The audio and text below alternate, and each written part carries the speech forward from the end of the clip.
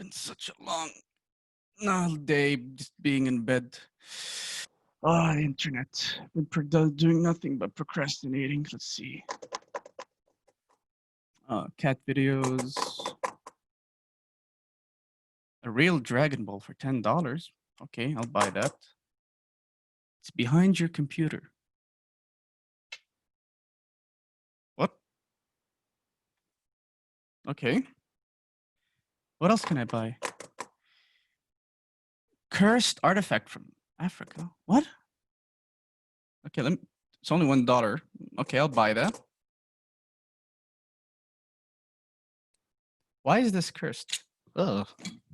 Okay, just put that aside. There's so much stuff to do here. There's so much, like, websites, so many things, so many potentials and opportunities on the internet, and a lot of them are quite too much for me, honestly. But isn't that like everything else we do? Like when we go to work, we see opportunities right and left. You know, when we speak to our friends, we see opportunities arise just from our discussion.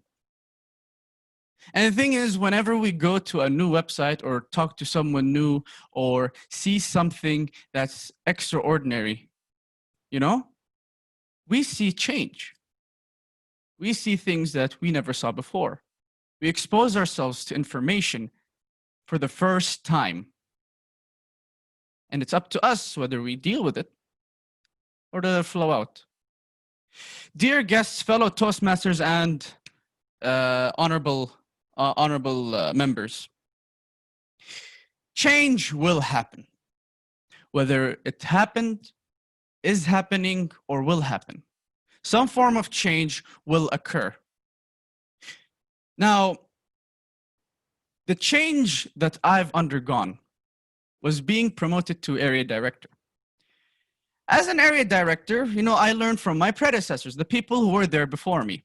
So there was Ahmed Ad-Dawood and then Ahmed Abdul Wahab. And when I used to ask them about what is it like to be an area director, they're like, oh, no, it's fine. You know, you just go to these clubs, you just write a report, submit it, and then after that, you just have to see if they're doing their meetings. And that's it. That's your job. And I was like, yeah, this sounds pretty good, you know? It's pretty nice. It doesn't seem like that hard. And on the year 2020, 2021, where I'm supposed to take area director, the Corona pandemic hit. And with that, a lot of us were put through self-isolation. A lot of us stayed at home, you know, making sure that we don't catch it or spread it. But I was still the area director. I was put in a situation that they've never been in before, where the entire platform and meetings, everything is virtualized. And it was so hard for me to see a reason or a way to get it to work.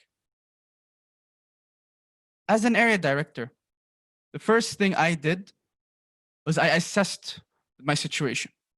What's going on? Are people doing their meetings? How are the other areas doing? What do we have and what can we bring?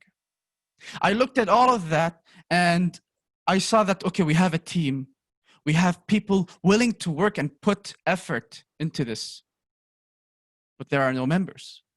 They all left and traveled, doing their own things in their own state or home. And even some people I looked up to in this Toastmaster, they've given up because they said, you know what, it's too much to go with. I took what I had. I didn't complain. I saw those who were willing to work and I worked them. I told them, this is your job. We will get through this together. And I made sure that when I spoke to them, I was clear, transparent, and direct. Because a lot of the clubs in our areas, like in our division, they're closing because there are no members. And I have a lot of memories when it comes to these clubs. I've lived with them for 2 years and the people in them. I was not willing to let that go, no matter what. And I didn't, which is the next thing I did. I analyzed the situation. How many are willing to come? Who is going to stay here? Who is staying here just by name only and not actually coming to the meetings? When we want members, we want people who are active. They come to the meetings. They are willing to speak. They're willing to do their projects. They continue growing themselves because that's what we are. We, like Toastmaster Fawaz Al-Qahtani said, we are here to give an environment to grow, to reach higher steps. We will not procrastinate any of our duties. Once we analyzed, we took action. We took risks. I found an opportunity when Toastmaster Jason, he invited us to his club or a joint meeting in Beijing. And the first thing I said, we are going. They have something we don't have. They took the initiative. They went ahead and they invited people around the world to their meetings. And then I saw an opportunity. I saw a way we could continue building this environment for people to learn in. It's a virtual platform. We've always been using the internet, but we never utilized it. And that's where we are right now.